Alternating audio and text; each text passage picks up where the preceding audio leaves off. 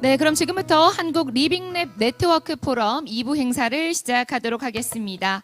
네, 1부에서는 지속 가능한 모빌리티 전환을 위한 발제자 세 분의 발표를 들어봤습니다.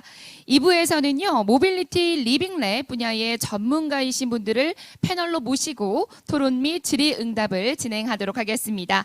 자, 그럼 오늘 패널 분들을 소개해 드리겠습니다. 제가 한 분 한 분 소개 올릴 때마다 여러분의 큰 환영의 박수 부탁드립니다. 먼저 오늘 패널 좌장으로는 한국 리빙랩 네트워크 송위진 정책위원장님께서 수고해 주시겠습니다. 네, 미래 리빙랩 센터의 김태중 센터장님 함께해 주셨습니다. 계명대학교 게임 모바일 공학과 임충재 교수님 자리해 주셨습니다. 한국자동차연구원 강소특구 캠퍼스 오미애 캠퍼스장님 자리해 주셨습니다. 네, 토론 패널로는 한국교통연구원 스마트시티 교통연구센터 김태영 센터장님 함께해 주셨습니다. 홍익대학교 도시공학과 김태희 교수님 자리해 주셨습니다. 과학기술정책연구원 성지응 선임연구위원님 함께해 주셨습니다. DSC 지역혁신 플랫폼 모빌리티 ICT 사업본부 안재민 본부장님 함께해 주셨습니다. 나사렛대학교 장성필 교수님께서 오늘의 패널로 자리해 주셨습니다. 네, 그럼 지금부터 질의응답을 진행하도록 하겠습니다. 네, 패널 토론 및 질의응답을 시작하도록 하겠습니다. 네, 지금 제가 좌장 역할을 하도록 하겠습니다. 앞서 발표에서 그러니까 모빌리티 전환과 관련된 교육과 관련된 이슈, 그리고 산업 육성, 지역 문제 해결 세 가지 이슈가 다뤄져 왔습니다. 이제 이 문제를 다루기 위해서 이제 현장에서 리빙랩 활동을 하시는 분들, 또 현장에서 모빌리티 전환과 관련된 정책을 연구하시는 분들, 그리고 여러 가지 관련 활동하시는 분들이 이제 오늘 모이셨는데요. 각 전문가 분들의 말씀을 이제 차례대로 듣도록 하겠습니다. 순서는 여기에 나온 대로 가나다 순으로 되어 있고요. 본인들께서 발표를 하시기 전에 간단하게 현재 하고 계시는 일들에 대해서 말씀을 해주시고 오늘 주제에 대해서 자신이 관심이 있고 관여할 수 있는 부분에 대해서 말씀을 해주시면 될 것 같습니다. 우선 김태영 센터장님부터 시작을 하도록 하겠습니다. 말씀 부탁드리겠습니다. 예, 한국교통연구원의 김태영입니다. 먼저 이런 좋은 자리에 패널로 불러주셔서 너무 감사를 드리고요.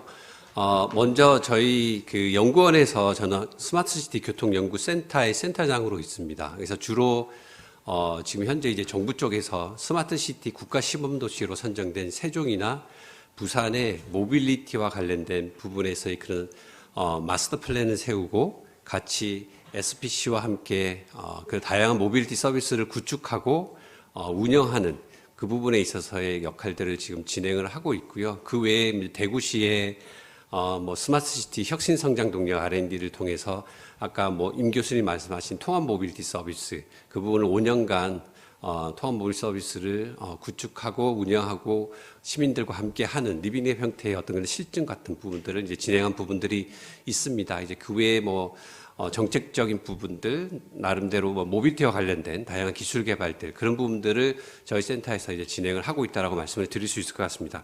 오늘 그 세 분의 그 발표해 주신 그 발표 내용들 너무 잘 들었고요. 또 많은 부분들 또 이렇게 공부하고 또 새롭게 이제 학습할 수 있는 시간이 되어서 너무나 감사를 드립니다. 그래서 그 세 분에 대한 그 발표 내용에 대해서 간략하게 일단 제가 느끼는 부분들, 그다음에 생각나는 부분들 조금 말씀을 드리고요.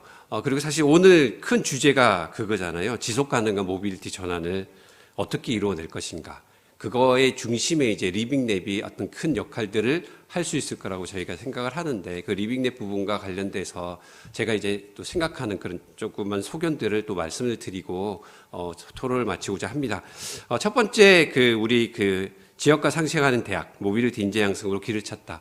요 내용 부분을 저희가 이렇게 보면서 정말 어떻게 보면 리빙랩의 많은 측면의 목적이 있지만 중요한 측면 중에 하나가 또 인재 양성이다라고 하는 부분에서 또 많은 부분들 공감을 할 수 있었습니다. 그리고 무엇보다도 지역에 있는 그런 다양한 그런 민간과 공공기관 연계를 통한 그런 교육과 체험의 기회가 확대가 정말 중요한 요소 중에 하나겠다라고 하는 부분들이 또 공감하는 부분이었고요. 그래서 저희가 보면 이제 공공기관하고 뭐 그 시, 그다음에 다양한 어떤 그런 추진 체계를 봤을 때에 저희도 이제 우리 연구원이 들어가 있겠지라고 사실은 생각을 하고 있었어요. 그래서 저희가 이제 모빌리티 국가 시범도시나 이런 부분들 하고 있어서 근데 봤더니 사실 저희 연구원은 빠져 있는 것 같았습니다. 그래서 사실은 이번 시간에 제가 드리고 싶은 주제하고 또 연관되는 부분들이긴 했었었는데 저희도 연구원도 한국교통연구원도 아마 DSC 그 공유대학의 체계에 같이 들어와서 리빙랩을 같이 추진하면 좋겠다라는 생각을 먼저 하게 됐었고요. 그래서 그 DSC 공유대학이 추구하고자 하는 그 모빌리티 저희가 보면은 뭐 이렇게 융합 전공이 8개가 있고 거기에 학부과정 큰 2개의 학부과정에 그 자료를 보니까 이제 8개의 프로그램들이 쭉 나와 있는데 보면 주로 모빌리티 관련된 소부장이죠. 소재나 부품이나 장비들. 그다음에 기반 기술이 되는 ICT와 관련된 여러 가지 그런 부분들. 그래서 모빌리티가 단순하게 이런 기술이나 솔루션뿐만 아니라 실질적으로 모빌리티가 시민들한테 직접 체험되고 제공되어지는 그런 서비스적인 측면들, 정책적인 측면들, 그리고 그 모빌리티 서비스 특히 이제 리빙랩을 구성하고 운영하기 위한 다양한 거버넌스와 협력 체계, 거기에 법 제도적인 어떤 그런 측면들, 다양한 측면이 사실은 리빙랩의 중요한 구성 요소가 될 수 있겠다는 생각이 들었는데, 아까 그 교수님 발표해 주시는 내용들을 보고, 일단은 그 나름대로 실생활의 시민의 삶과 연계된 그런 모빌리티 서비스나 정책 분야도 같이 그 전공 내에 프로그램으로 담겨져 있으면 좋겠다라고 하는 그 생각이 먼저 가장 들었었고요. 그래서 사실은 소부장이나 ICT 기반 기술에서 개발되는 그런 다양한 기술들이 실질적으로 하나의 상품으로 아니면 서비스로 솔루션으로 시민들에게 제공이 되어지고 그래서 시민들이 직접 체험하면서 그런 다양한 시민들의 피드백이나 어떤 다양한 니즈들 그런 니즈들을 도출해서 새롭게 어떤 그런 새로운 기술들을 개발하거나 아니면 서비스를 운영하거나 개선되어가는 그런 환류 체계가 구축이 되면 좋겠다라고 하는 생각이 일단 먼저 들었었습니다. 그리고 그 내용 중에 제가 보고 가장 또 관심 있는 부분이 시민과 만나는 플랫폼, 커뮤니티라고 하는 부분이었는데 실질적으로 그 프로그램 내에서 그 과정 내에서 시민과 함께하는 그런 커뮤니티나 플랫폼이 실질적으로 구축이 되고 운영이 되고 있는지 사실 이제 그런 것들이 가장 그 리빙랩의 출발점이라고 생각이 들고 제가 몇 년간 그 스마트 시티 관련 과제들을 하면서 각 지자체 한 수십 개 되는 지자체 공무원들이나 시민들을 만나보면 스마트 시티 사업을 한다라고 하게 되면 가장 먼저 구성하는 게 시민과 함께하는 협의체입니다. 그리고 협의체, 그 다음에 시민들의 목소리를 듣는 시민들의 그런 다양한 니즈들을 파악하기 위한 그런 어떤 시민과 함께하는 협의체 부분이었는데 일단은 여기 우리 DSC 공유대학이 추구하는 그 리빙랩 부분에서 또 시민과 함께하는 그런 플랫폼이나 커뮤니티가 잘 구성돼서 운영이 되면 좋겠다라고 하는 생각들이 좀 들었었고요.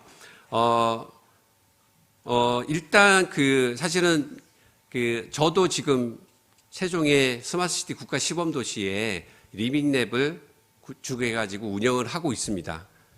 국토부하고 지금 세종시청하고 SPC하고 같이 합쳐서 하고 있는데 일단은 DSC 공유대학이 사실은 모빌리티와 관련된 다양한 어떤 그런 그 부품이나 소재나 시스템들을 개발하고 실질적으로 리빙랩 차원에 실증할 수 있는 그런 공간이나 그런 지역들이 선정이 되어서 진행이 되면 좋겠다는 생각을 좀 많이 하게 되고요. 그래서 어떻게 보면 지금 오늘의 주제인 지속 가능한 모빌리티 전환을 위해서 지역 시민들과 함께하는 그런 모빌리티 리빙랩이 시범 지역이나 아니면은 어떤 지역들이 선정이 돼서 여기서 우리 과정 중에 개발되는 다양한 솔루션들이 그 리빙랩 시범 지역에 집중적으로 구축이 되고 서비스가 제공되고 또 다양한 시민들의 목소리를 듣고 계속 이제 고도화해 가면서 환류하는 그런 과정이 될 수 있는 어떤 그런 시범 지역이 좀 선정이 되고 구축돼서 운영이 되면 좋겠다라고 하는 생각이 좀 들었었습니다.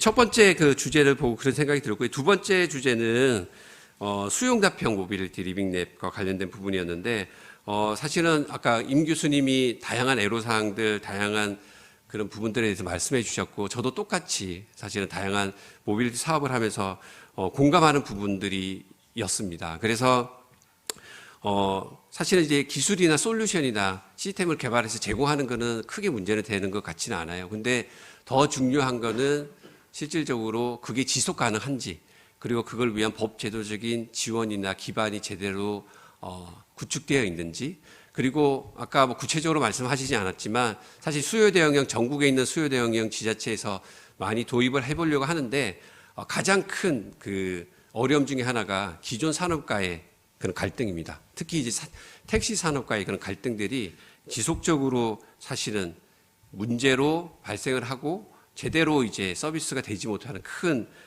그 한계 중에 하나인데 그래서 사실 이제 정부에서도 그래서 이제 나름대로 그런 부분들을 기존에는 그래서 이제 뭐 대구도 마찬가지겠지만 대부분 지자체에서 그냥 규제 샌드박스의 형태로 해서 뭐 일정 기간 동안 규제 샌드박스 승인을 받아서 이렇게 서비스하는 그런 방향으로 지금 이제 나가고 있는데 사실은 이게 수요 대응형 서비스가 장래적으로는 꼭 버스를 대체할 수 있는 그런 좋은 서비스이기 때문에 정부에서도 그래서 법 개정을 되게 많이 서둘렀습니다. 그래서 2021년에 사실은 이제 의원 발의로 해가지고 수요응답형 서비스 도입 법 개정안을 사실은 국회에 이렇게 상정을 했었었는데 그 이후에도 되게 많은 시간 동안에 기존 산업과의 어떤 그런 갈등이나 그런 문제 때문에 사실은 아직까지도 법 개정이 되지 못하고 있는 부분들이 이어서 실질적으로 이렇게 좋은 서비스나 그다음에 시민들에게 정말 좋은 다가갈 수 있는 서비스들이 법제도적인 지원 체계가 제대로 구축이 되고 제공이 돼야 되는 부분들인데 이런 부분들이 사실은 우리 이러한 리빙랩 그다음에 지역 대학 DS에서 하면서 나름대로 그런 부분들도 동시에 좀 같이 고려를 해서 진행하면 좋겠다는 생각이 들고요. 그리고 기존 산업과의 상생을 어떻게 할 것인지 이제 세종 같은 경우에는 세종에도 이제 DRT 서비스 수요 대응형 서비스를 도입을 하려고 수차례에 걸쳐서 택시 쪽하고 조합하고 계속 협의를 했는데 사실은 이제 해소가 안 됐어요. 그러면서 국토부나 세종시하고 같이 협의해서 진행했던 것들이 택시 면허권을 세종 지역에 늘려주는 방안들. 그래서 택시 면허권을 더 늘려주고 택시 요금을 올려주고 그런 다양한 택시 산업과의 상생할 수 있는 방안들을 가지고 지금 계속 논의를 하고 있어서 그리고 그 이후에 이제 같이 이제 DRT 수요 대응형 서비스 할 수 있는 그런 여러 가지 방안들을 같이 알아보고 있는 중입니다. 그래서 기존 산업과도 어떻게 협력할지 어떤 그런 정치적인 부분들, 정책적인 부분들도 같이 고려해야 새롭게 도입되는 그 서비스가 제대로 공급이 될 수 있겠다는 그런 생각이 좀 들었었고요.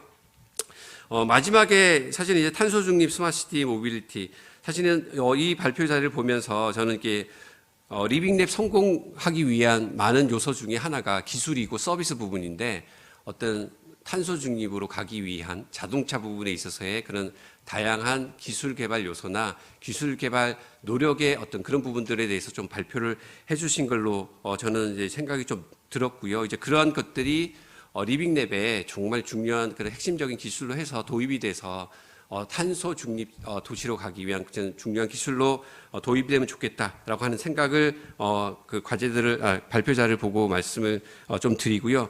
마지막으로 저도 조금 제 개인적인 소개를 드리면 사실은 저도 이제 모빌리티 쪽에 거의 한 30년 동안 이렇게 이바지하고 있고 그다음에 지금 국가 시범도시에 관련된 리빙랩도 지금 진행을 하고 있는데 거기에 그런 다양한 서비스를 도입을 하려고 노력을 하고 있어요. 그래서 자율주행 셔틀도 그렇고 PM도 그렇고 공유차, 그다음에 DRT 수요 대응형 서비스, 그다음에 스마트 주차, 그다음에 그것들을 다 통합하고 묶을 수 있는 통합 모빌리티 마스 그 부분까지 국가 시범 도시에서는 필수적인 서비스로 다 들어가 있습니다.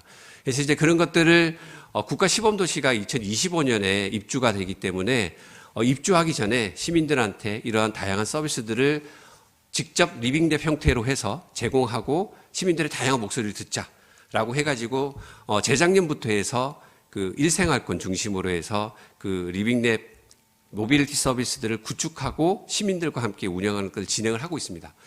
근데 이제 거기 하면서 이제 느끼게 되는 많은 그런 어려움들이 있는데 아까 뭐 교수님도 말씀하셨지만 정말 시민들과 그다음에 이걸 그 시의 그다음에 정부 그다음에 관계 기관들 그다음에 뭐 다양한 그 민간 사업자들 이런 부분들이 제대로 협업하고 거버넌스 체계가 구축이 되지 않으면 정말 서비스가 어렵고 힘들다라고 하는 부분을 너무나 많이 뼈 깊이 느끼게 되고요.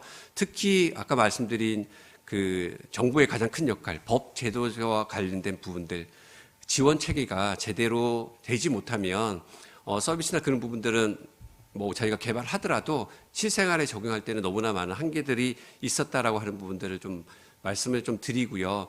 여기 DSC 공유대학이 기술하고 서비스뿐만 아니라 정책적인 부분, 법제도적인, 거버넌스적인 모든 부분에 있어서 사실은 성공적으로 모범적으로 운영될 수 있는 그런 이 플랫폼이 될 수 있으면 좋겠다라고 하는 말씀을 드리고 제 토론을 마치도록 하겠습니다. 예, 감사합니다. 예, 아주 귀한 말씀을 해주셨습니다. 법제도 정책 관련된 요소들이 실제로 이제 리빙랩이 구현되는데 굉장히 중요한 역할을 합니다. 근데 이제 리빙랩을 처음 시작하는 과정에서는 그런 내용들을 충분히 이제 고려하지 않은 경우가 많은데요. 이번에 DSC 지역 신 플랫폼에서도 이런 행들을 좀 보완할 수 있는 계기가 마련된 것 같습니다. 특히 이제 국제경유기관이 세종으로 왔는데요. 그동안에 이 지역사회는 별로 관심을 갖지 않고 이 중앙정부만 상대를 해왔거든요. 근데 이제 이런 기회를 토대로 해서 지역사회와 같이 갈 수 있는 그런 계기가 마련되었으면 합니다. 예, 감사합니다. 예, 다음에는 김태희 교수님 토론 부탁드립니다. 네, 저는 지금 홍익대학교에서 학생들을 가리키고 있고요. 그리고 아까 우리 임충재 교수님께서 발표하신 자료 중에 주민공감형 과제라고 과기부하고 행안부가 함께 지원하는 이 리빙랩을 중심으로 하는 과제를 지금 진행하고 있습니다. 두 번째로 진행을 하고 있고요.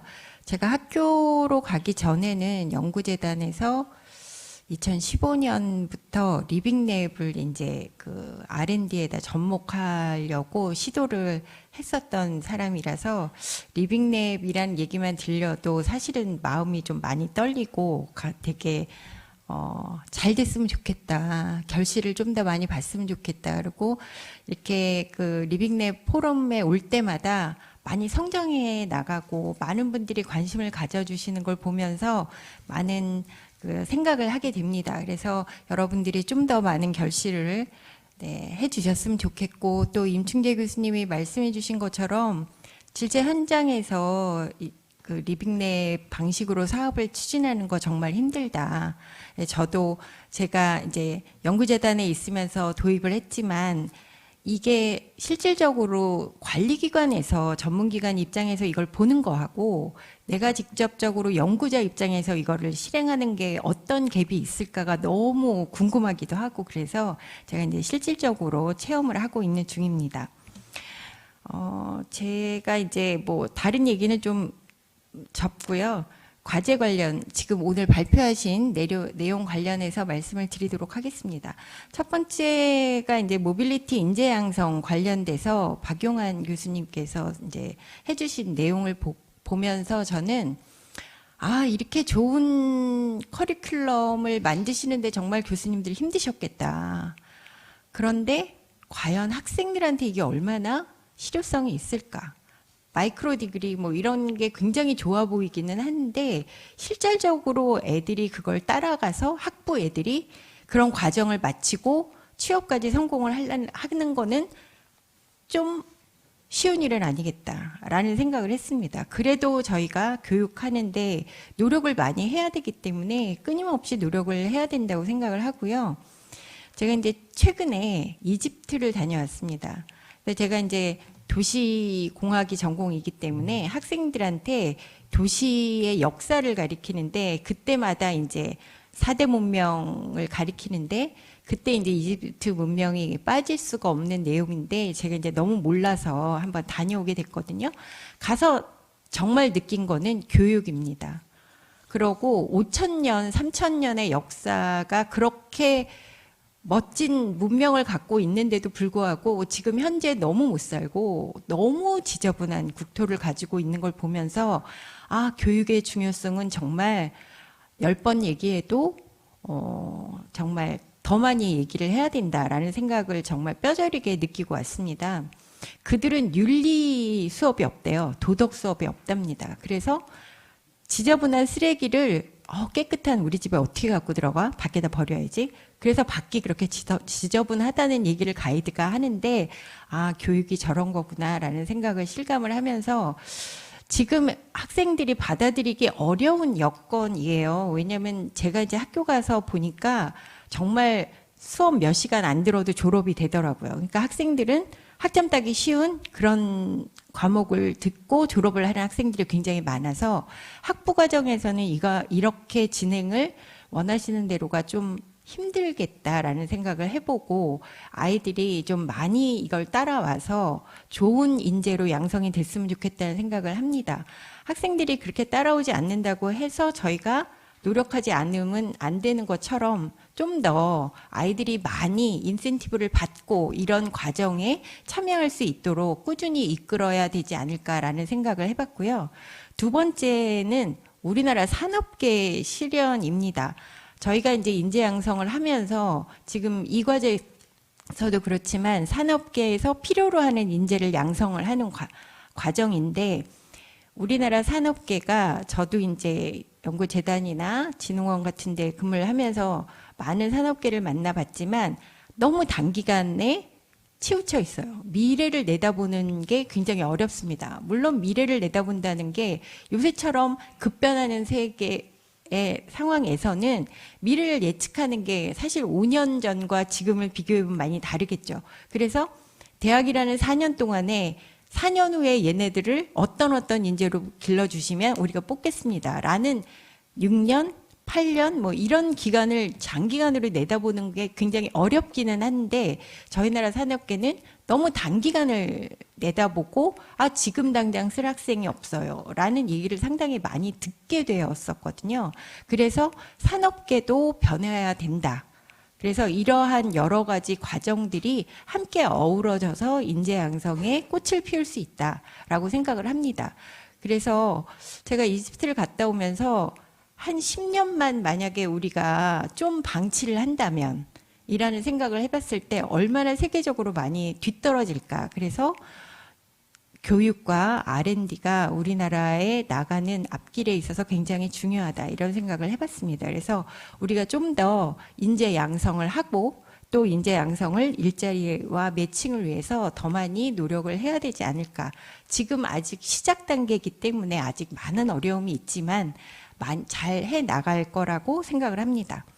두 번째는 스마트 시티 시대의 모빌리티라는 주제를 가지고 오미애 박사님이 이제 발표를 해주셨는데 처음에 제가 그 자료를 받고 느낀 느낌은 아직 기술자들은 리빙랩에 대한 생각이 조금 작지 않나라는 생각을 많이 했어요. 근데 이제 오늘 발표 초반에 우리 오미애 박사님 그런 말씀을 해주셨습니다. 리빙랩에 대해서 기술자들은 아직도 초입 단계다. 이런 부분이 많이 느껴지는 부분이고요. 근데 이제 제가 그 옛날에 진흥원에 있을 때 한 15년 전인가요? 저상버스를 만드는 과제를 진행을 했었어요. 근데 저상버스를 만드는데 디자인이 굉장히 이상하게 나와서 사용하는데 너무 불편한 거예요. 손잡이부터 시작해서. 그래서 왜 이렇게 만들었냐고 얘기를 했더니 그 기계 하시는 분이 앞에 엔진룸이랑 이런 거랑 다 세팅을 이미 다 해놓고 나머지 공간에 이제 그 사용자를 위한 거를 디자인을 하라 그러니까 얘가 불편할 수밖에 없는 거예요. 특히 앞부분이, 특히 바퀴 부분 이런 데가 너무 불편해서. 그래서 아 그때도 기술자들하고 굉장히 많이 싸웠는데 한번 기술이 개발이 되면 그 부분을 다시 변경하는 게 너무 어렵다고 합니다. 그래서 기술을 개발하시는 분들이 초창기에 리빙랩을 받아들이는 거를 빨리 당겨서 하실 필요가 있다는 것을 저는 오늘도 많이 느꼈습니다. 그래서 이게 기술과 기능이 갈 때 요구자들이 뭐 어떤 거를 필요로 하는지에 대한 충분한 조사와 그들의 의견을 반영해야만 좋은 기술이 오고, 그리고 또 기간을 단축할 수 있다는 부분을 좀 명확히 해서 기술을 개발하시는 분들이 좀 더 적극적으로 리빙랩 하는데 많이 참여를 해주시면 좋을 것 같습니다. 그래서 이제 사용자에 대한 요구사항, 그리고 편리성, 그리고 배려와 지원, 이런 것들을 조금 더 많이 폭넓게 받아들이면 좋겠다라는 생각을 해봤습니다. 마지막으로 계명대 임충재 교수님께서 수요응답형 모빌리티 설명을 해주셨는데, 저도 전공이 이제 도시공학 쪽에서는 교통을 전공을 해서 이 과제에 가장 관심이 많았거든요. 근데 교수님 발표를 듣고는 제가 마음이 너무 많이 아파가지고 많이 힘들었습니다. 왜냐하면 제가 이제 첫 번째 과제를 저랑 같이 진행을 하셨던 과제예요. 10개 과제 중에 제가 이제 원오브댐이었고, 원오브댐을 우리 임충재 교수님이 하셨는데 페일을 하셨다는 걸 듣고 제가 너무 마음이 안 좋았는데, 그렇게 열심히 리빙랩을 하시고 그렇게 열심히 진행을 하셨는데 이제 여러 기관이 도와주지 않아서 페일한 그걸 연구자가 페일로 저렇게 짐을 안고 가는 이런 시스템이 사실 너무 부담스럽습니다. 연구자 입장에서. 그래서 이런 부분을 우리 스태피에서 좀 많이 해결을 해주셔야 되지 않을까. 저렇게 열심히 하시고 많이 아시고 이런 분이 벽에 부딪혀서 결국은 하지 마십시오라는 얘기를 하신다는 얘기를 들었을 때 저도 마음이 아팠고요. 저도 이제 임충재 교수님하고 똑같은 상황을 거의 겪었거든요. 담당 공무원이 바뀌면서 협조가 안 되고 뭐 이런 것들을 겪으면서 이게 진짜 쉽지 않다 이런 생각을 했는데, 그런 거를 잘 끌고 갈 수 있는 게 사실은 어떻게 보면 연구 책임자의 역할이라서, 연구 책임자의 역할이 리빙랩도 잘 진행하고 또 관과의 관계도 잘 가져가고 또 기술도 잘 이끌고 뭐 여러 가지를 멀티를 해야 돼서 이 리빙랩 방식의 기술 개발을 하는 거는 연구 책임자가 정말 다른 연구 개발보다 훨씬 더 어렵다라는 생각을 했습니다. 수요응답형 교통수단은요, 사실 요새 많이 뜨고 있지만 요새 나온 건 아니고요. 제가 거의 40년이 다 돼가는 시절 대학을 다닐 때도 배웠습니다. 그랬기 때문에 이게 어제 오늘 만들어진 건 아니고, 이런 수요 개발이 외국에서는 오지에, 산간 오지 같은 데에 교통을 담당하는 역할로서 굉장히 오래전에 개발이 됐는데, 지금 이제 여러 가지 문제로 인해서 그게 이제 많이 활용화가 안 된 거죠. 그러다가 이제 요새 AI가 개발이 되고 또 빅데이터라든지 이런 여러 가지 기술 개발로 인해서 소프트웨어가 많이 안정화가 되고 이런 이제 그런 게 필요로 하는 부분도 많아지고요. 이래서 수요 응답형 모빌리티가 많이 뜨고 있는데, 이게 지금은 많이 어렵고 또 말씀하신 것처럼 택시 업계라든지 아니면 버스 업계라든지 저항이 굉장히 세기 때문에 사실은 쉽게 해결될 것 같지는 않지만 그래도 이런 시대가 올 거라고 생각을 합니다. 지금 현재는 주로 교통약자 서비스, 교통약자들을 위한 서비스를 위해서 우리가 좀 많이 활용을 하고 있는데요. 이런 것들이 이제 군의군이나 뭐 이런 데를 중심으로 해서 퍼져 나가고 상간오지의 교통복지 사업으로 요새 조금 많이 언급이 되고 있어서 많이 되지 않을까 싶습니다. 그래서 이제 버스 시스템에 대해서 제가 조금 한 숟가락 정도 더 보완을 하면 조금 더 미니버스 형식으로 하면 어떨까라는 생각을 해봤어요. 왜냐하면 이게 이제 교통 시스템은 허브 앤 피더, 뭐 허브 앤 스포크 뭐 이렇게 말씀을 많이 드리는데, 허브 앤 피더로서 피더의 기능을 하기 위해서는 좀 규모도 작고 여러 군데를 쉽사리 갈 수 있어야 되는데, 지방 같은 데는 사실은 기럽게도 없는 데가 많거든요. 그러다 보니까 사람들이 타고 내리는데 굉장히 어렵기 때문에 저상버스는 좀 필수적이고 사이즈는 좀 작으면 좋겠고, 또 필요하다면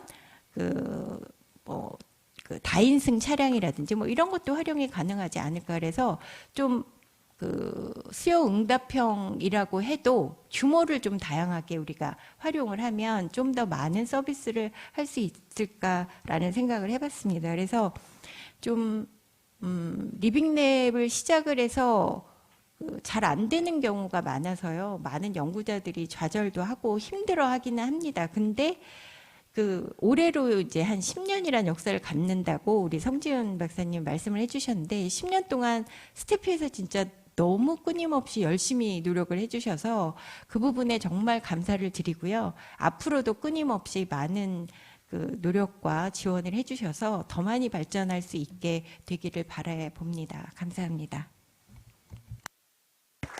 네, 감사합니다.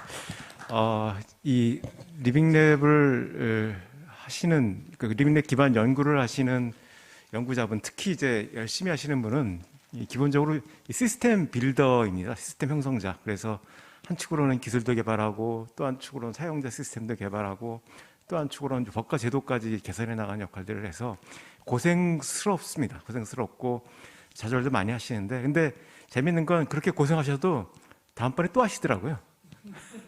그게 이상한 거죠. 예.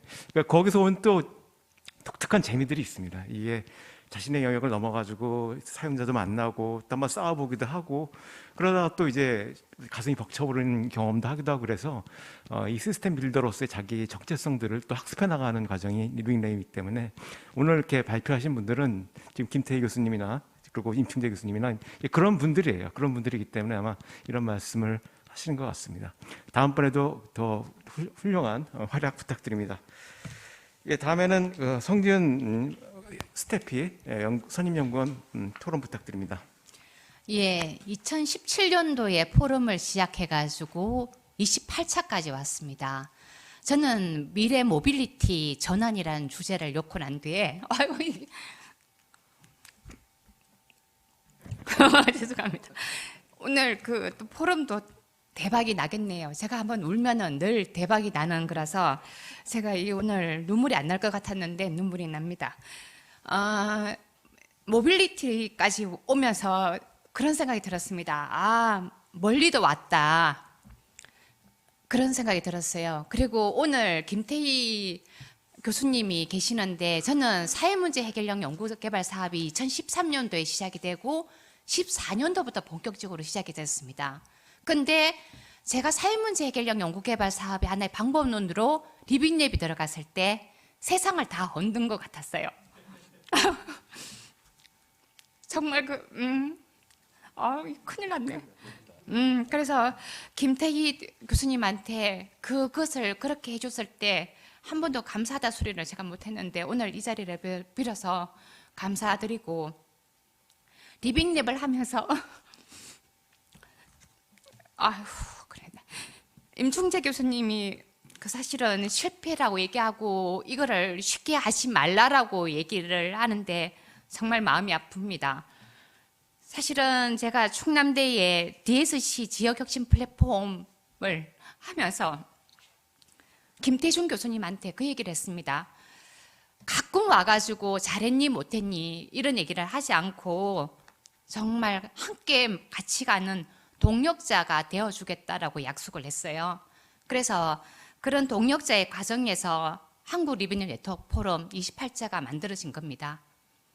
제가 뭔가 가르치고 이 리빙랩 해야 되고 이런 개념이 아니라 왜 말씀드리냐면 지금 이 DSC 지역혁신 플랫폼은 론칭을 했는데 앞으로 5년간 가는 길이 정말 쉽지가 않습니다.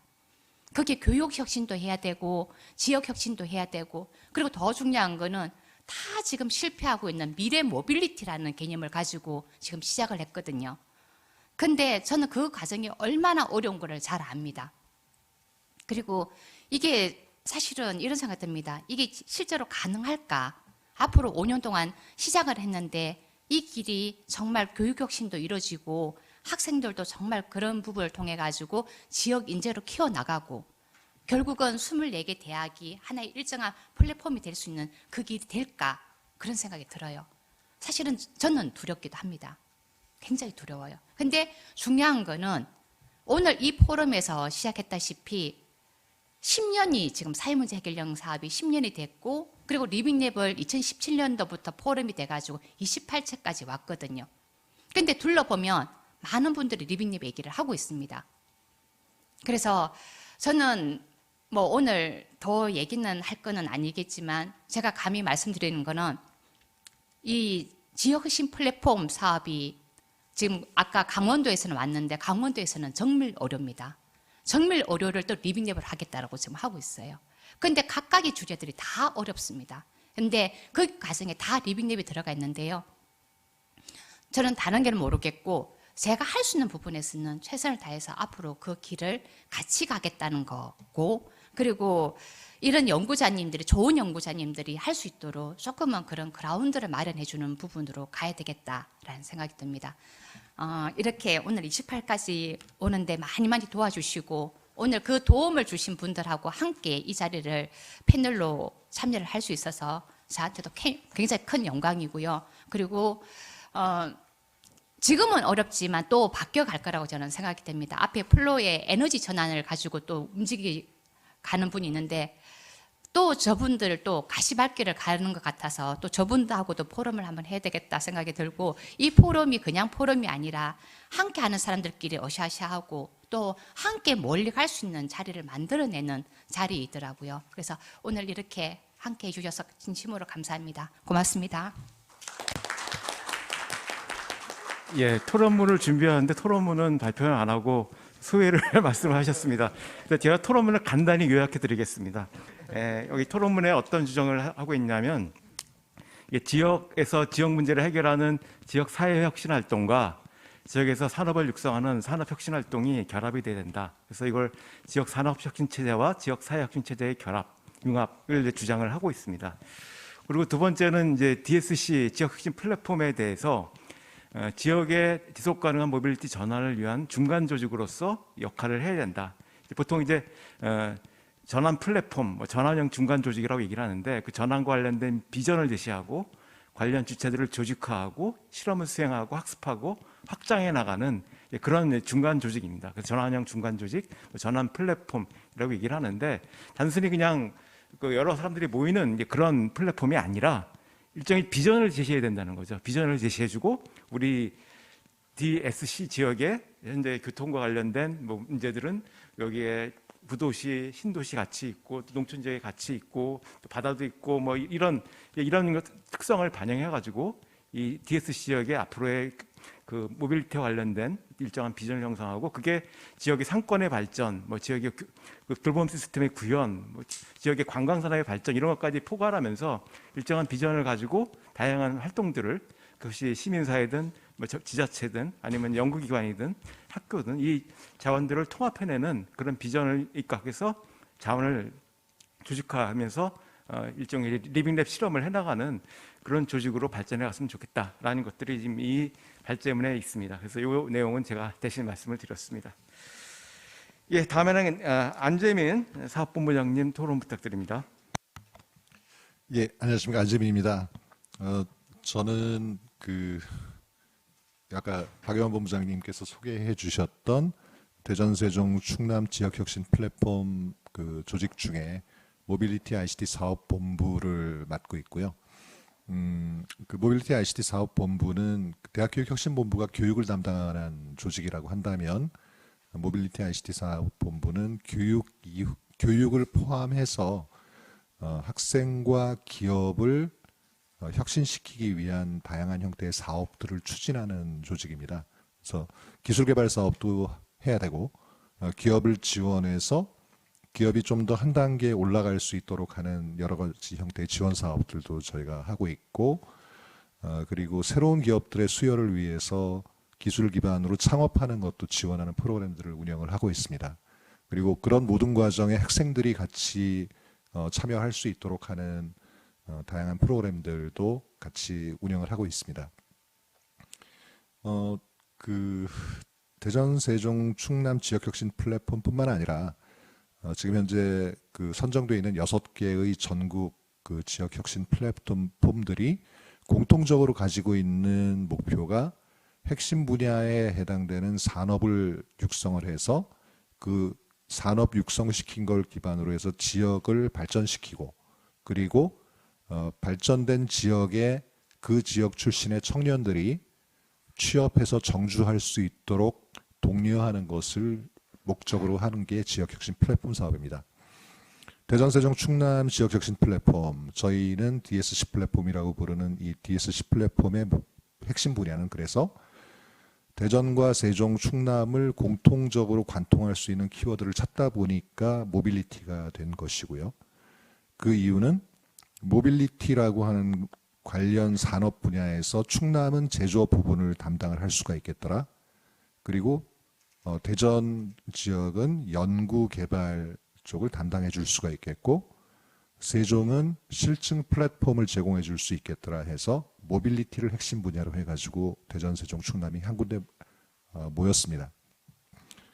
제가 우리 좌장께서 발제문을 아까 요약을 해주셨는데 제 건 해주지 마십시오. 제가 이 자리에 참가해서 리빙랩 패널을 해달라고 얘기를 했을 때 저 리빙랩 잘 모르는데요. 그러고 일단은 하라고 해서 오긴 왔는데 와보니까 제가 얼마나 무식했는지를 다시 한번 깨달았습니다. 그러니까 사회문제 해결형 R&D라고 하는 그 표현은 저도 연구자로서 10년 조금 안 됐죠.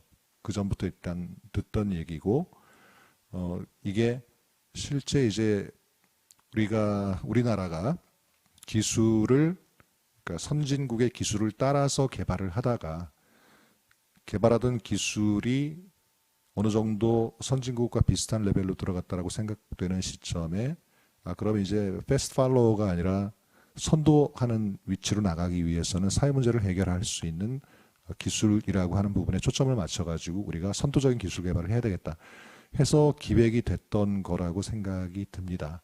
그리고 그런 관점에서 이제 여러 연구소들이 공동 연구팀 구성을 해가지고 연구개발도 추진을 했었고요.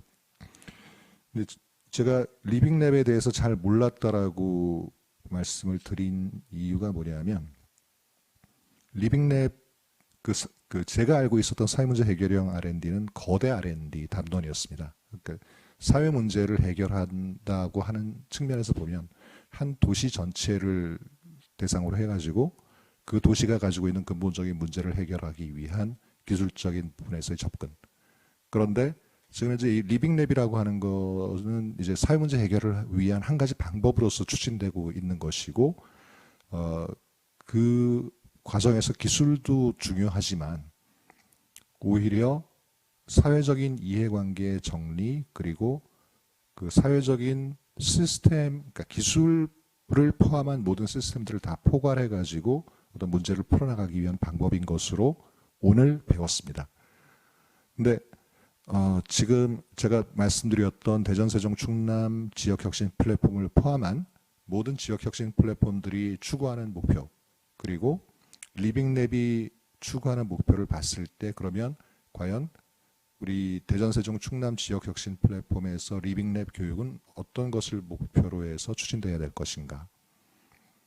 발제문에다가 산업 얘기만 잔뜩 써놨기 때문에 발제문은 갖다 버리고 그냥 지금 오늘 공부를 하면서 들었던 말씀을 드려보자면 저희는 핵심 분야 산업의 육성 그리고 그 산업에 공급할 인력의 교육을 갖다가 포기할 수는 없습니다. 그것이 저희의 최우선 과제가 돼야 되고요.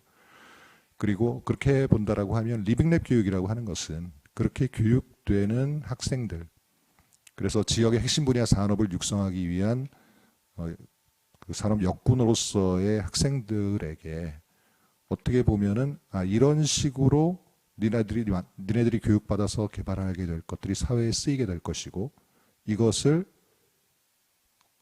실제로 시스템화시켜서 서비스를 연결시키기 위해서 너네들이 어떻게 이거를 접근하는지를 보고 배워라. 지금 리빙랩 프로젝트 하나가 지금 연구재단이나 우리 임 교수님 말씀하셨던 그런 것들을 보면은 몇억 단위, 그건 10억 단위까지 지금 자금 투입이 돼가지고 진행이 되는데 저희 리빙랩 교육을 통해 가지고 학생들한테 제공될 수 있는 거는 프로젝트당 많아야 2천만 원. 김태준 교수님 맞죠? 그 정도라고 한다면 사실은 맛만 보고 끝나는 거거든요. 그럼 그 맛만 보고 끝나는 학생들에 대한 리빙랩 교육을 통해 가지고 실제 리빙랩이 어떤 식으로 이루어지는지에 대한 교육과 그리고 그 교육을 통해 가지고 나중에 이 학생들이 좀 더 경험을 쌓아서 높은 자리로 갔을 때 그 자리에서 해야 될 방향에 대한 제시, 이런 것들이 저희가 플랫폼에서 리빙랩 과제, 리빙랩 교육을 통해 가지고 학생들한테 제공해야 될 것들이 아닌가 생각이 듭니다.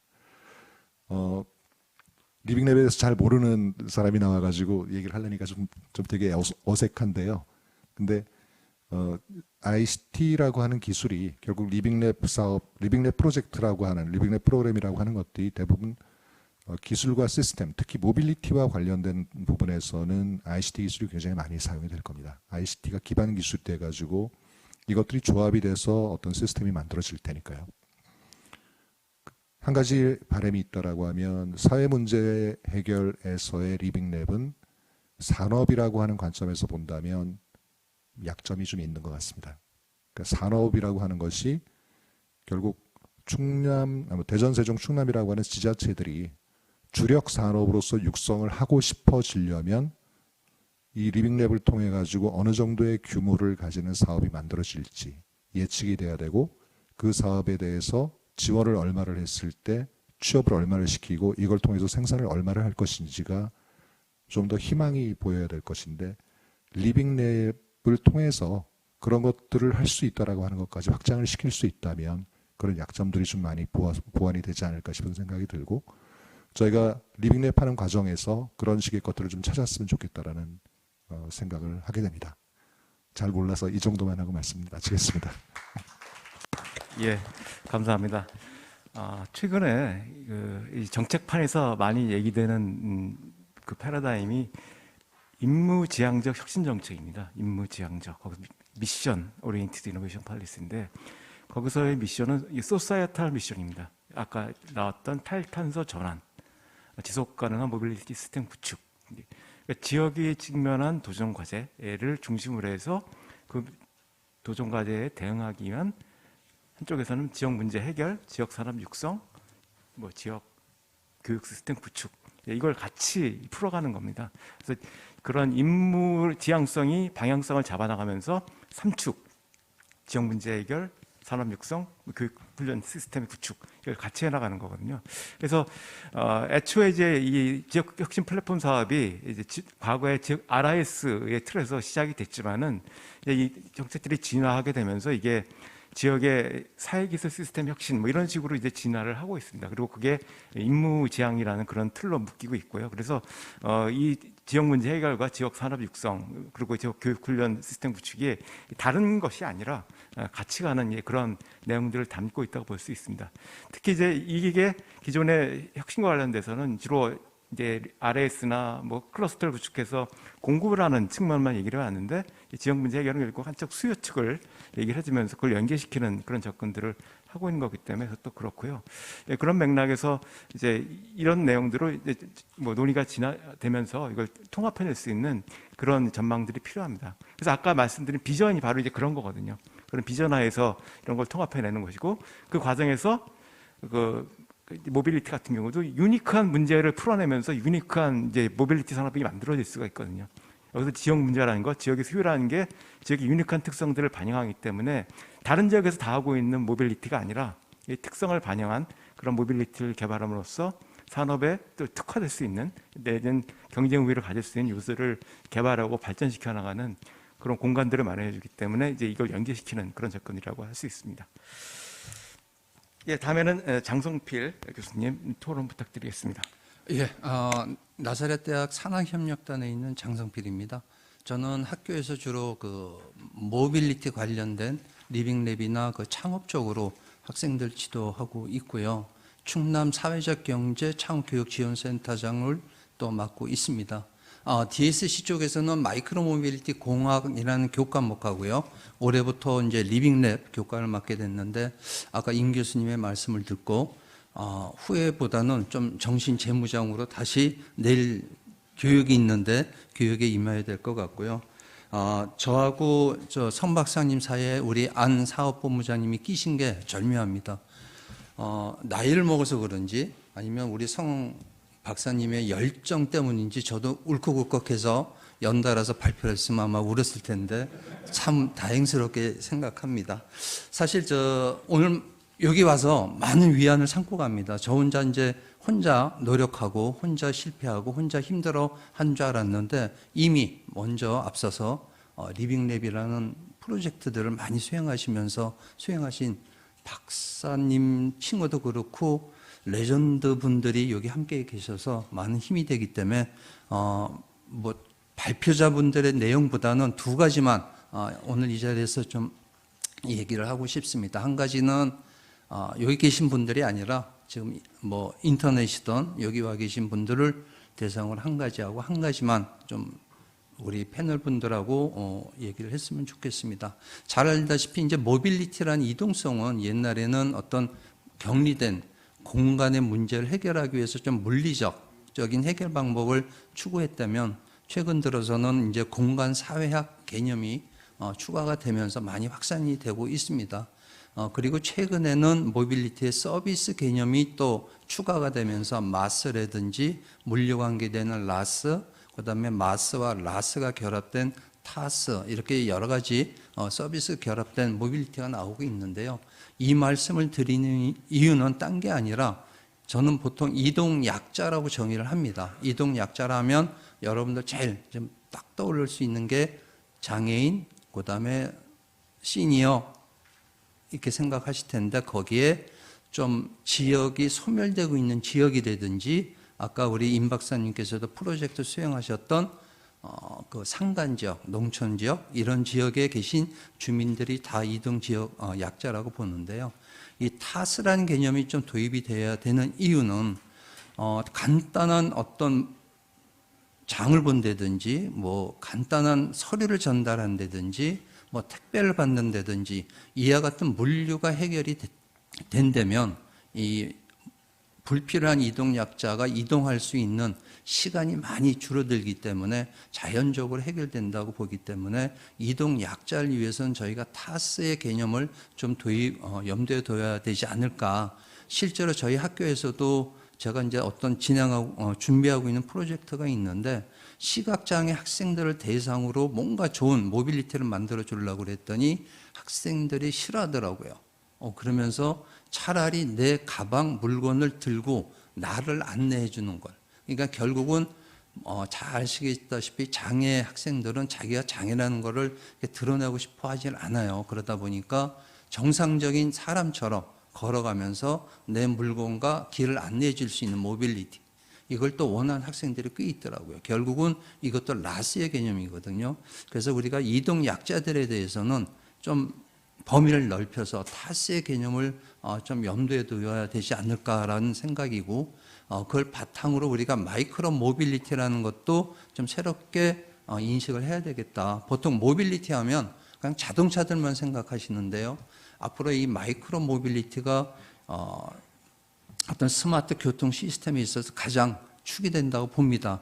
아까 우리 김태희 박사님도 말씀을 하셨지만 동맥 정맥만 있으면 인체가 썩습니다. 모세혈관이 잘 돌아가야 되는데 그런 개념이 이제 마이크로 모빌리티인데 마이크로 모빌리티는 아직까지는 자동차 쪽에 관련되는 분들이 전기 초소형 자동차를 많이 국한을 하고 있습니다. 근데 그 외에 산업에 계신 분들은 마이크로 모빌리티 하면 초소형 전기 자동차를 포함해서 여러분들이 알고 계신 그 퍼스널 모빌리티, 스마트 모빌리티에다가 UAM, 드론까지 들어오고 심지어는 의료용 휠체어까지를 마이크로 모빌리티라고 봐야 된다고 생각하는 사람들이 많습니다. 그래서 이 마이크로 모빌리티는 뭐가 중요하냐면 능히 알고 수 있는 대중교통을 이용하고 최종 목적지 집에서부터 대중교통까지의 그 first, last mile을 커버하지만 조금 더 범위를 넓히면 지역 사회 내에서의 어떤 이동 문제도 자동차 필요 없고요. 간단히 해결할 수 있다라고 봅니다.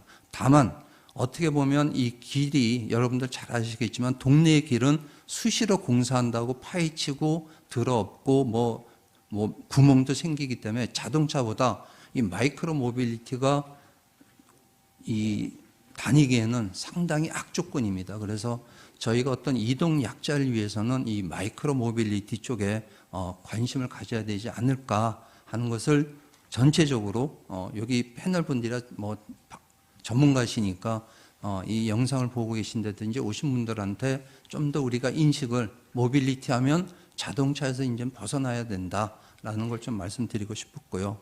한 가지는 여기 계신 이제 패널 분들하고 같이 고민하고 싶은 게 저도 아주 작은 모빌리티 리빙랩 프로젝트를 진행을 해보지만 아까 뭐 본부장님도 얘기해 주셨지만 2천만 원 가지고는 상당히 짧습니다.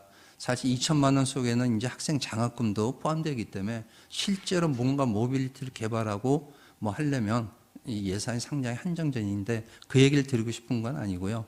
이런 모빌리티를 개발을 하다 보면 자전거를 뭐 하나 바꾸고 이동 약자를 위해서 뭐 하나를 붙이고 하면 이게 다 불법 모빌리티가 됩니다. 그래서 시험적으로 몇 사람만 할 수 있지 그것이 좋다고 그래도 이 지역사회에 보급을 하기가 너무 어려워요. 왜냐하면 형식 승인을 다시 받아야 되고 전자파도 다시 받아야 되고요. 그 다음에 이것을 뭐 몇 대를 위해서 투자할 만한 회사도 사실 어렵고요. 그래서 앞으로는 우리가 이제 공식적으로 모빌리티 리빙랩이라는 이 주제로 시작이 됐으니 어떤가 누군가가 이런 어떤 법적인 문제점을 어떻게 해결할 건지 이게 도로법에도 관계가 되고 어떤 전기용품 안전관리법 뭐 모든 문제가 사실 됩니다. 예를 들면 세발 자전거에 이 지붕을 씌우면 자동차로 분리가 됩니다. 그리고 안전하게 하기 위해서 옆에 문짝을 달면 자동차로 인증을 받아야 됩니다. 그래서 이런 것부터 저희가 저는 이제 마이크로 모빌리티에 주안점을 두고 이제 공유를 하는데 이런 어떤 법적인 문제점을 잘 어떻게 해결할 건지 그것도 우리가 모빌리티 리빙랩의 성공 요건이 아니겠느냐 하는 숙제를 저희 패널분한테 좀 던지고 같이 고민을 해 주십사. 이렇게 저는 두 가지로 제 의견을 마치도록 하겠습니다. 네, 감사합니다.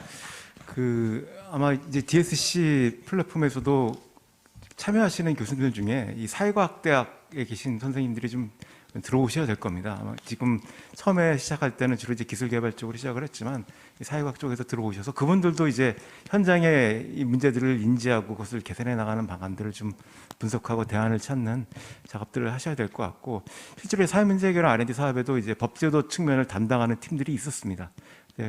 그런 형태의 작업들이 아마 여기에도 들어가야 되지 않을까 생각이 듭니다. 예, 그러면 이제 패널 토론이 끝났고요. 플로어에서 보시면서 좀 질문하고 싶은 내용이나 코멘트들이 있으시면 해주시면 감사할 것 같습니다. 예, 의견이 있으시면 자유롭게 말씀을 해주시죠.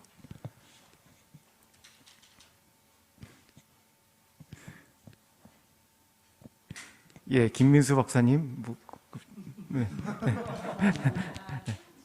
질문해 주시죠.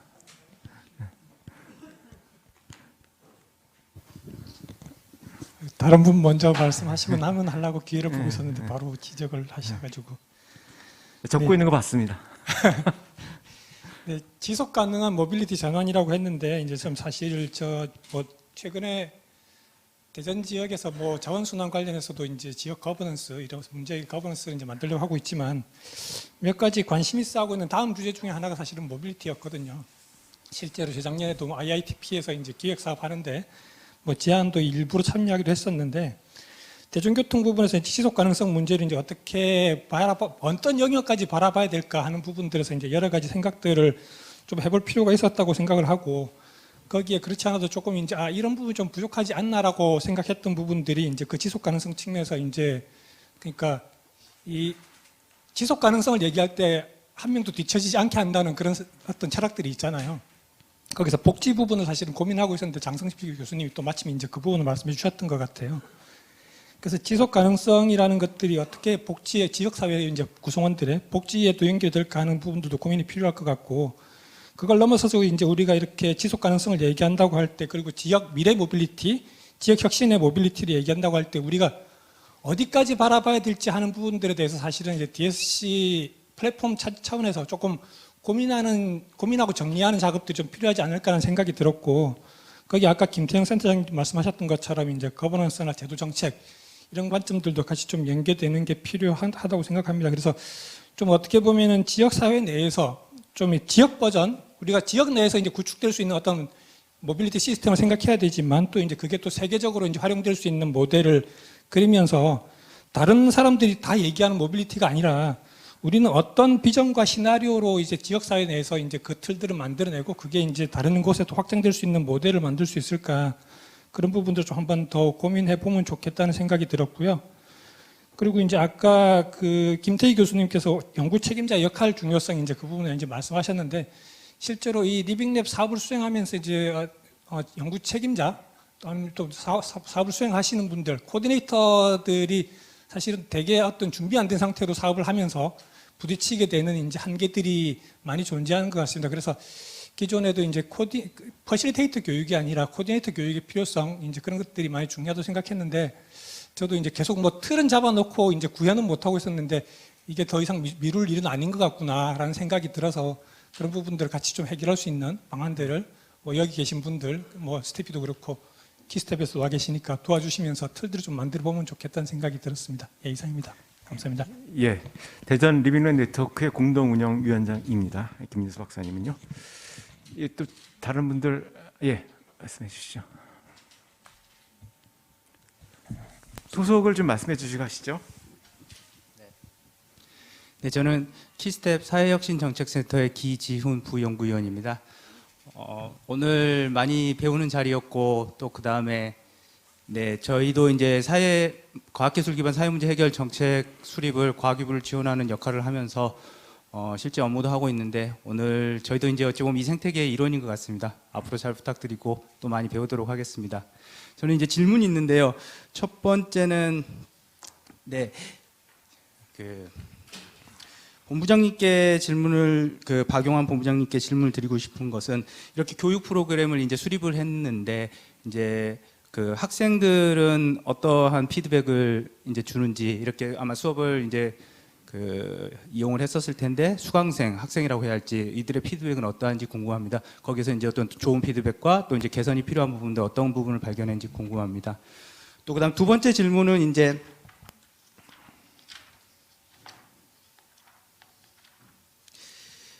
오미애 박사님과 그다음에 혹시 가능하다면 김태형 본부장님께도 드리고 싶은 질문인데요. 이제 제가 이해가 이제 떨어져서 그럴 수 있는데, 우리나라는 국토가 넓지 않다 보니 어떤 도로 정책이라든지 모빌리티, 그다음에 자동차의 이용 형태에 있어서 지역별로 얼마나 차이가 있을까 좀 의문이 듭니다.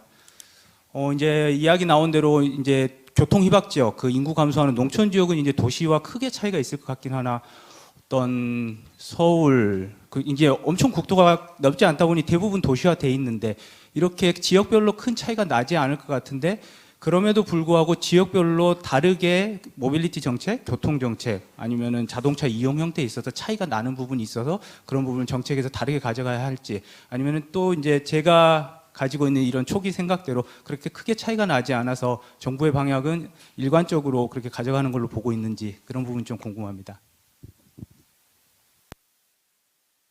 예, 감사합니다. 혹시 다른 분 더 질문하실 분이 있으신가요? 예, 그러면 질문은 여기까지 받고요. 이제 발표자들께서 받으신 질문에 대해서 답변을 해주시거나 아니면 이제 본인이 오늘 이제 포럼을 통해서 하시고 싶은 말씀을 해주시면 될 것 같습니다. 그래서 자유스럽게 말씀을 해주시게 될 것 같고요. 답변. 예, 답변자는 좀 바뀐 것 같으네요. 아니요. 소속을 좀 말씀해 주시고요. 예. 네, 저희 박용환 본부장님이 바쁘셔가지고 제가 대신 앉았는데 박 본부장님 다시 돌아오셔서 여기서 답변하기가 상당히 부적절해 보이지만 일단 말씀드리기엔 다행스러운 건 학생들의 리빙랩 관련해서 피드백이 어땠냐라고 물어보셨는데요. 아직까지 교과 과정은 진행을 안 했기 때문에 학생들의 피드백은 없습니다. 2월 27일 날 시작하고 3월 1일부터 첫 학기 4학년생들을 이제 대상으로 리빙랩을 준비하고 있고요. 다만 그것 말고 비교과로 2년 동안 저희가 이제 공모 사업 형식으로 받았을 때 말씀하신 것처럼 학생들의 반응은 아주 뜨거웠습니다. 왜냐하면 대부분 학생들이 강의식으로 하는 게 아니라 자기가 직접 문제를 찾고 해결하기 위해서 움직이고, 그다음에 지역사회 주민들로부터 피드백을 받는, 뭐 예를 들어서 인근 대학교에 있는 외국인 학생들을 위해서 교내 그 교외에 있는 식당에 외국어 메뉴판을 만들어주는 팀들이 있었거든요. 그러니까 모빌리티는 아닌데 이게 왜 모빌리티와 연결이 되느냐고 얘기를 하면 그걸 여기만 만드는 게 아니라 전국적으로 만들어 줄 수 있다면 아마 그것도 하나의 플랫폼이 될 수 있고, 그다음에 외국인들이 왔을 때 관광과 관련된 이동에도 영향을 받을 수 있을 거라고 생각을 했었기 때문에. 근데 그 친구들이 뭐라고 하냐면 계속 하고 싶다. 그래서 아까 말씀하신 것처럼 본부장님이나 장성필 교수님께서 사업이 2천만 원짜리라고 하는데, 저희가 그래서 2000년도부터는 사업을 좀 바꿔서 기획이라고 하는 작은 단위의 300만 원짜리부터 2천만 원짜리 실행, 그리고 1억이 넘어가는 지역 리빙랩으로 리빙랩에 좀 이 그룹핑을 나눴습니다. 그래서 기획은 아이디어만 가지고도 모여서 디자인 싱킹 같은 아주 쉬운 부분부터 기존의 문제들을 한번 정리하는 것만 해도 좋겠다. 데이터베이스를 만드는 것만 해도 성공이라고 생각을 하고 있고요. 두 번째는 실행 같은 경우에는 이제 그런 것들을 어느 정도 수행해 본 적이 있으신 분들이 학생들과 함께 문제를 직접 해결하는 겁니다. 그러니까 교수님들은 아까 말씀하신 것처럼 되게 힘들어 하시기 때문에 대부분 그 교수님들은 다시는 안 하고 싶어 하시고요. 학생들은 계속 하고 싶어 해서 교육자로서 많이 흔들리고 계신 부분들은 제가 이야기를 많이 듣고 있습니다. 세 번째는 앞서 말했듯이 확산의 가능성이 있는 건데, 여기서 만들어진 실행의 아이디어가 괜찮다면 지역에서 테스트를 좀 넓게 광범위하게 진행해보고 가능하다면 대전, 세종, 충남에서 이걸 전국적으로 또는 글로벌리 케어할 수 있으면 어떻게 지속 가능성이 있는 리빙랩 프로그램이 되지 않을까라는 고민을 계속 하고 있고요. 제가 리빙랩 센터장을 맡은 이유도 사실 저는 원래 경영학 전공의 사회과학 비슷한 전공이고 창업을 관련해서 일을 하던 사람이라 리빙랩이 지속 가능한 결과 문제를 해결한다면 그건 비즈니스 모델로서도 지속 가능할 것이고, 그러면 그건 어디든지 팔아먹을 수 있겠다라고 하는 아주 상스러운 기준에서 출발을 한 건데, ICT나 소부장에 있는 공학 교수님들을 만나보니 이분들은 정말 연구자고 기술자구나. 오로지 본인의 기술과 연구 개발을 위해 집중할 뿐 사회 문제는 관심이 없고, 반대로 사회 문제를 하시는 분들은 사회 문제는 본인들 아니면 해결할 수 없다는 또 고집이 있으시고, 그러면서 지역과 괴리되거나 당신들 세상에 또 빠져드는. 그래서 우리가 RIS 사업을 하면서 리빙랩 센터를 만들고 이 프로그램을 돌리면서 이러한 이해관계자들이 동시에 모일 수 있는 판을 한번 깔아주자. 그런데 다른 부처보다는 교육부가 학생들을 쉽게 쓸 수 있기 때문에 장기적으로는 사업의 지속 가능성은 리빙랩을 이해하는 학생들, 사랑하는 학생들이 많아지는 게 제일 남는 장사인 것 같다. 그래서 우리는 교육 프로그램에 집어넣고 학생들에게 여러 가지 인센티브와 그다음에 다양한 자극을 통해서 리빙랩이라는 게 결국은 어느 정도 지나면 그냥 자연스러운 문제 해결에 대한 하나의 그 대명사처럼 남기를 희망해서 이 과정을 진행하고 있고요. 그래서 그 부분들은 저희가 나름대로 여러 어려움이 있지만 많은 분들의 도움을 받아서 어느 정도 성과를 내고 있다고 생각하고 있습니다. 아까 말씀드렸던 법률적인 부분도 저희가 법률센터, 저희 교내 법률센터랑 관련해서 저희 한번 포럼도 한번 했었고요. 계속 관련된 주제들은 계속 찾아내고 있고 하고 있는데 여러 가지 제약들이 있지만 첫 술에 배부를 리 없다고 계속해서 남은 3년 동안 잘해보도록 하겠습니다. 네, 감사합니다. 예, 이것이 미래 리빙랩 센터입니다. 예, 다음에는 오미애 박사님, 예, 말씀 부탁드립니다. 우선 아까 질문하신 거는 제 생각에는 김태형 센터장님께서 답변을 해주시는 게 더 적절할 것 같은데요. 예, 어떠실지.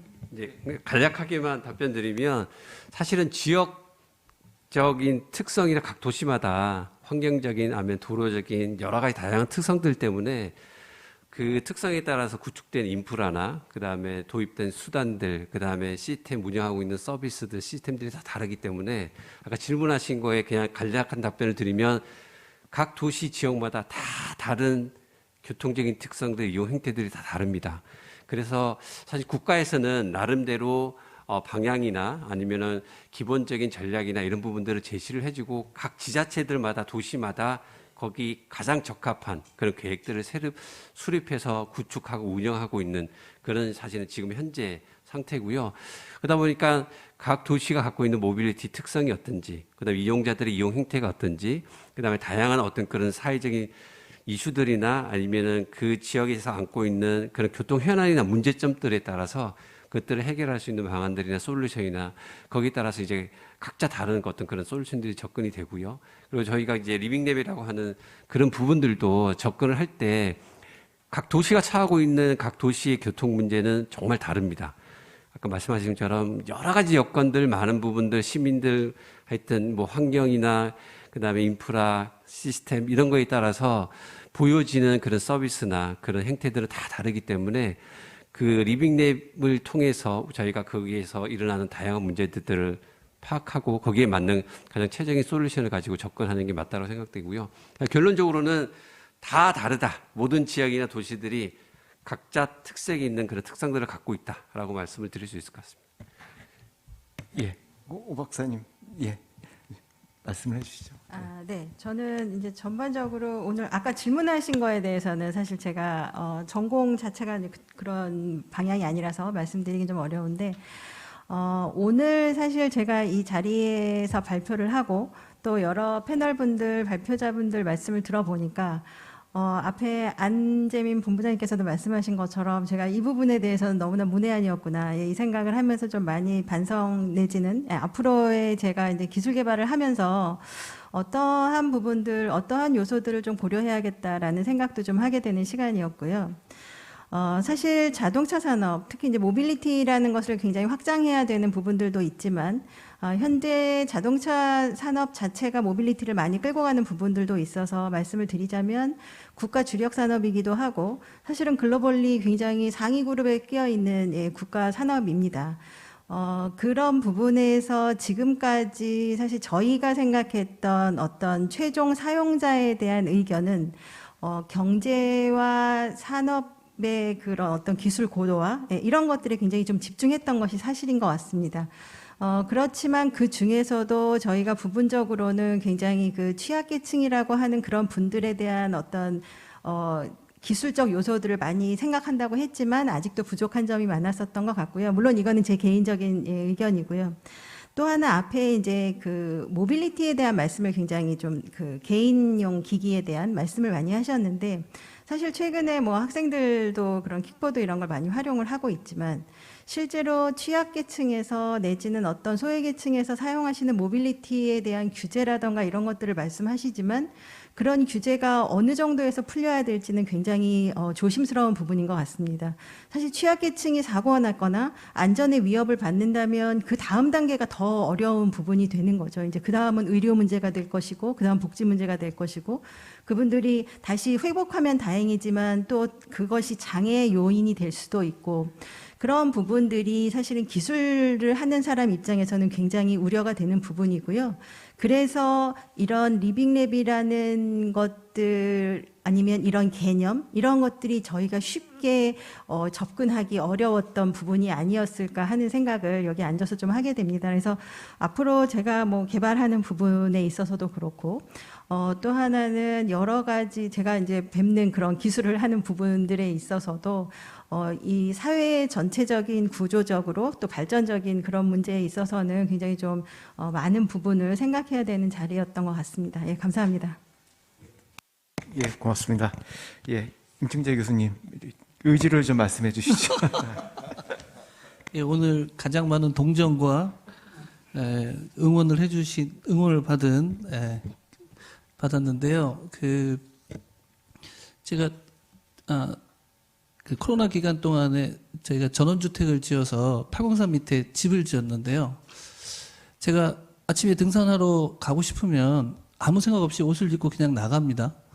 그래서 제가 몇 년 전에 안나푸르나 봉을 갈 때는 한 달 정도, 두세 달 정도 체력 훈련도 생각하고 고민을 굉장히 많이 해서 갔던 기억이 있습니다.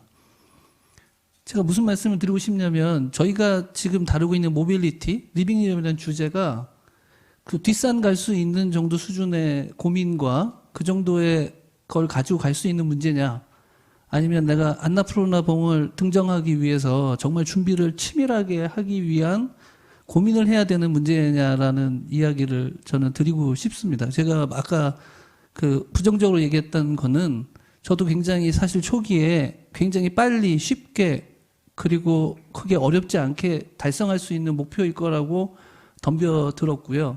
또 우리가 일하는 방식, 우리나라가 잘하는 방식 중에 하나가 새로운 워딩이 왔을 때 그 워딩을 굉장히 빨리 수용하지만 그 워딩의 진정한 의미를 담아내기 보다는 그냥 과시하기 위한 목적으로 사용하고 또 필요 없으면 굉장히 인스턴트하게 그냥 버리는 거에 또 잘하는 거를 또한 저희들이 느껴요. 왜 그러냐면 저도 이제 대학 리빙랩 네트워크라는 거에 이게 직접 간접적 관여를 했는데 그게 굉장히 활성화될 때가 있었어요. 그 왜 그랬냐 그러면 링크 2.0에서 그 문제가 굉장히 평가의 중요한 기준이 됐을 때는 많은 대학이 정말 열심히 하는 것처럼 달라붙었어요. 근데 링크 3.0이 되면서 그거에 대한 배점이 줄어드니까 언제 우리가 리빙랩 했다는 듯이 많은 대학이 손절을 하고 진짜 진정성 있는 몇 개의 대학으로 남았어요. 과연 우리의 모습들 중에 이런 모습들이 우리한테 굉장히 많이 존재한다는 겁니다. 근데 제가 제가 이제 최근에 네덜란드라는 대학에 나라에 굉장히 관심을 많이 갖고 있어서 교육 시스템을 했고 제가 3주 동안 학생들하고 같이 네덜란드 교수와 네덜란드 학생과 우리 학생과 제가 같이 수업을 진행하고 왔는데요. 거기서 제가 느낀 충격이 뭐냐면 그 사람들 수업 안에는 그 사람들은 따로 리빙랩이라는 단어를 쓰지도 않습니다. 그 사람들은 따로 창업 교육이라는 말도 쓰지 않습니다. 근데 그 수업 안에 다 들어있어요.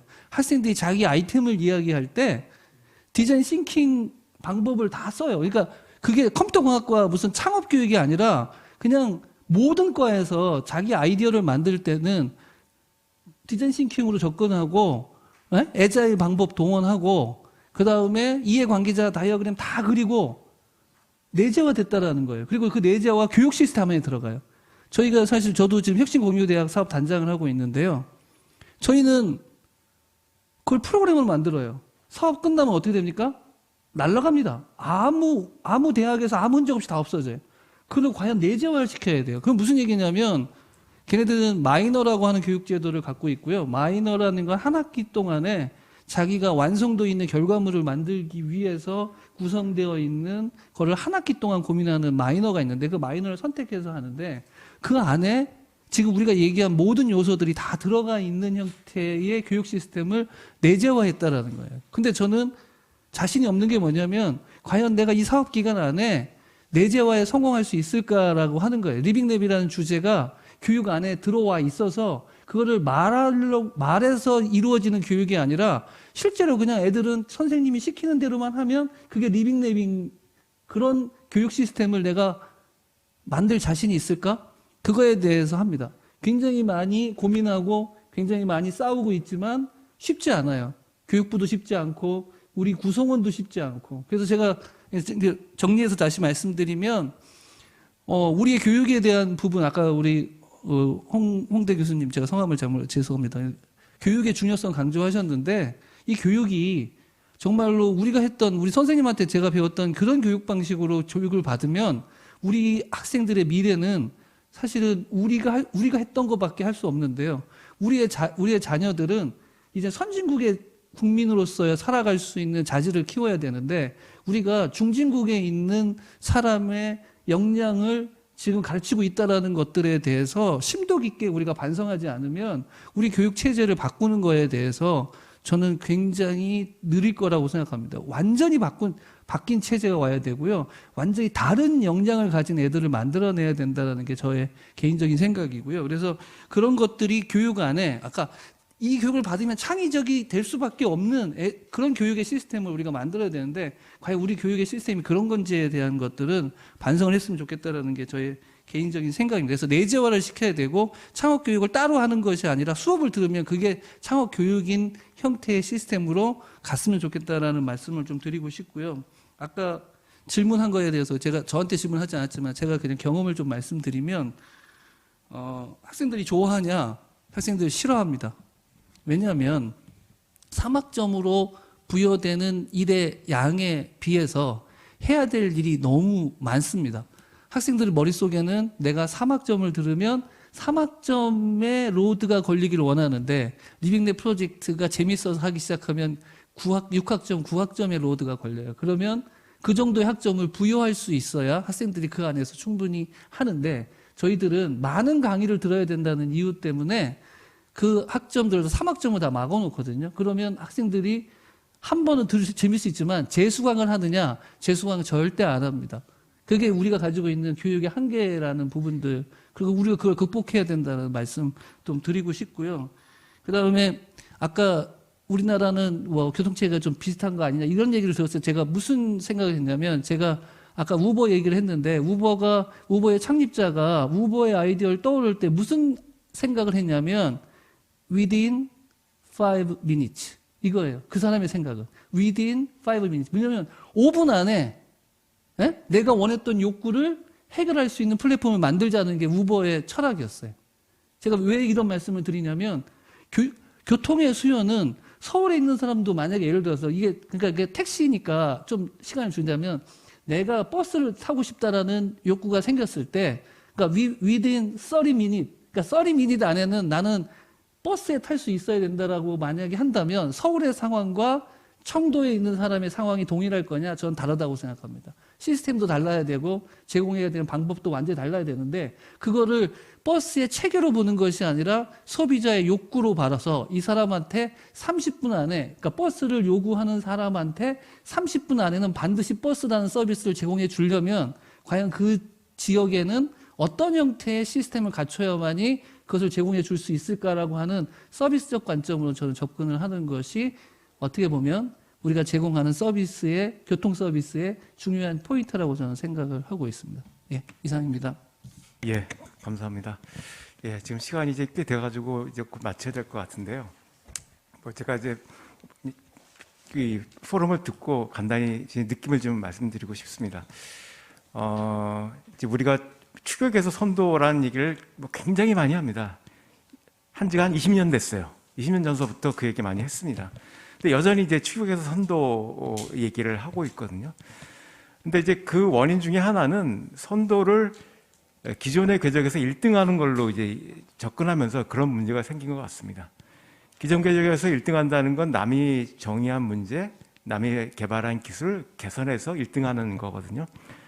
그거는 선도가 아니죠. 그냥 거기 잠깐 동안 그 앞에 와 있는 거고 그런 걸 훨씬 잘하는 다른 중국 같은 나라가 쫓아오면은 이제 곧 뭐 뒤로 처지는 그런 일이 벌어지는 겁니다. 그래서 일종의 선도가 된다고 한다면은 그건 스스로 이제 문제를 정의하고 대안들을 탐색할 수 있는 시스템을 구축하는 건데 그건 우리가 별로 안 해왔던 거죠. 이 리빙랩이 이제 그런 걸 하고자 하는 활동이기도 합니다. 우리가 처한 상황에서 우리가 스스로 문제를 정의하고 대안을 개발해 나간다. 그런 맥락에서 저 자신은 이게 선도 모델의 진정한 형태가 아니겠냐. 내지는 저희 표현으로 쓴다면 이제 추격의 모드를 벗어나서 탈추격적 프레임으로 세상을 보는 관점이라고 생각을 합니다. 그런 맥락에서 이게 사회 문제 해결이기도 하지만은 산업 혁신이기도 한 그런 동시적인 측면을 지니고 있다고 봅니다. 오늘 토론 과정에서도 그런 내용들이 좀 나왔고요. 그리고 두 번째는 이제 이게 모빌리티에서 시작이 됐지만 결국 이제 모빌리티가 우리 삶과 다 연결이 되어 있지 않습니까? 그래서 아까도 말씀드렸듯이 관광, 그리고 이제 돌봄, 뭐 그리고 이제 다른 형태의 뭐 경제 활동, 뭐 이런 것과 다 연결이 되어 있는데 이제 모빌리티 하면 또 이제 자동차, 뭐 이동 수단 여기에만 초점을 좀 맞추는 경향도 있습니다. 근데 아까 계속해서 얘기됐듯이 이 지역마다 다 다르기 때문에 지역의 핵심적인 니즈 부분들과 연결된 모빌리티 이런 식으로 얘기를 풀어가면은 굉장히 유니크한 접근들이 좀 만들어질 수 있다고 봅니다.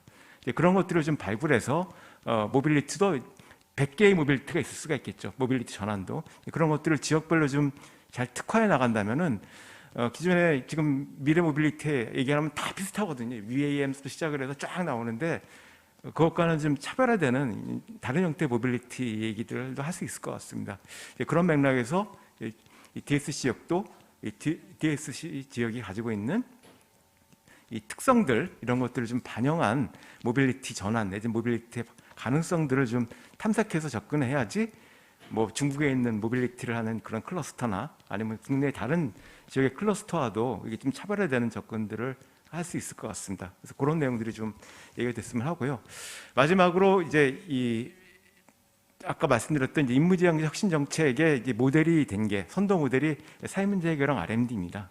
처음에는 사회문제 해결이라는 작은 것으로부터 시작을 했지만 이제 결국 이게 새로운 형태의 혁신 모델로 이제 진화를 했고 그게 뭐 인문지향적 혁신 정책, 뭐 전환적 혁신 정책으로 바뀌고 있는데 어쨌든 이 모델들을 이제 우리가 잘 키워나가는 형태의 작업들이 아마 이 지역 혁신 플랫폼에서 해야 될 활동이라고 생각이 듭니다.